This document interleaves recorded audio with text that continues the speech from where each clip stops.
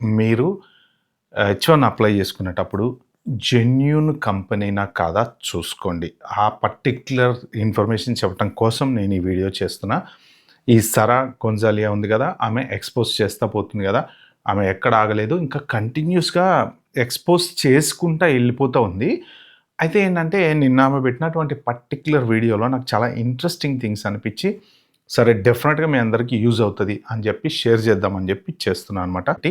Skilled worker visa, సింపుల్గా ఎవరిని పడితే వాళ్ళని H1B మీద తీసుకురారు కదా. H1B అంటే ఏంటంటే ఒక పర్టికులర్ స్కిల్ సెట్ మీద తీసుకొచ్చినటువంటి కంపెనీకి రెస్పాన్సిబిలిటీ ఉంటుంది, తర్వాత జాబ్ చేసేటువంటి వాళ్ళకి రెస్పాన్సిబిలిటీ ఉంటుంది. ఇప్పుడు ఆమె ఎక్స్పోజ్ చేసినటువంటి ఈ పర్టికులర్ వీడియోలో ఏంటంటే ఒక్కొక్క కంపెనీ LCL తీసుకొని ఆమె ఆ కంపెనీకి వెళ్ళింది. ఈ కంపెనీకి వెళ్ళినా కూడా అక్కడ అసలు ఎవరు లేరు, అది ఒకటి నెంబర్ 1. నెంబర్ 2 ఇంకొకటి ఏంటంటే ఒక కంపెనీ వైఫ్ అండ్ హస్బెండ్ని ఇంటర్వ్యూ చేసింది ఆమె. మీకు ఆ వీడియో లింక్ పెడతా కింద, మీరు వెళ్ళి మొత్తం వీడియో చూసుకోండి, నో ప్రాబ్లం.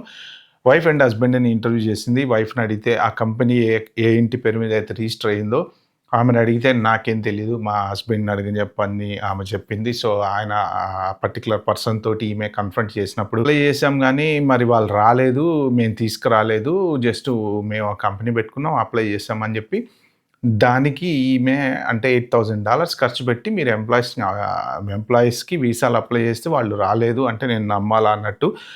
అది యాక్చువల్గా నిజంగా నమ్మశక్యంగా అయితే లేదు. బట్ ఒక్కసారి మనం వీడియో చూద్దాం, చూసిన తర్వాత ఫర్దర్గా మనం మాట్లాడుకుందాం. In the LCA, we've got 2 2025 workers on site.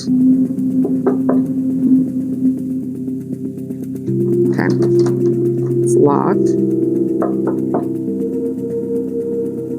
I don't think anyone is here at TechBits.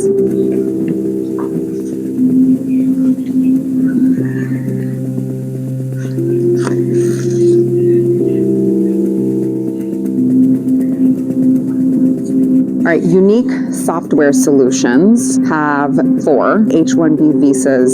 Let's see if anyone's home.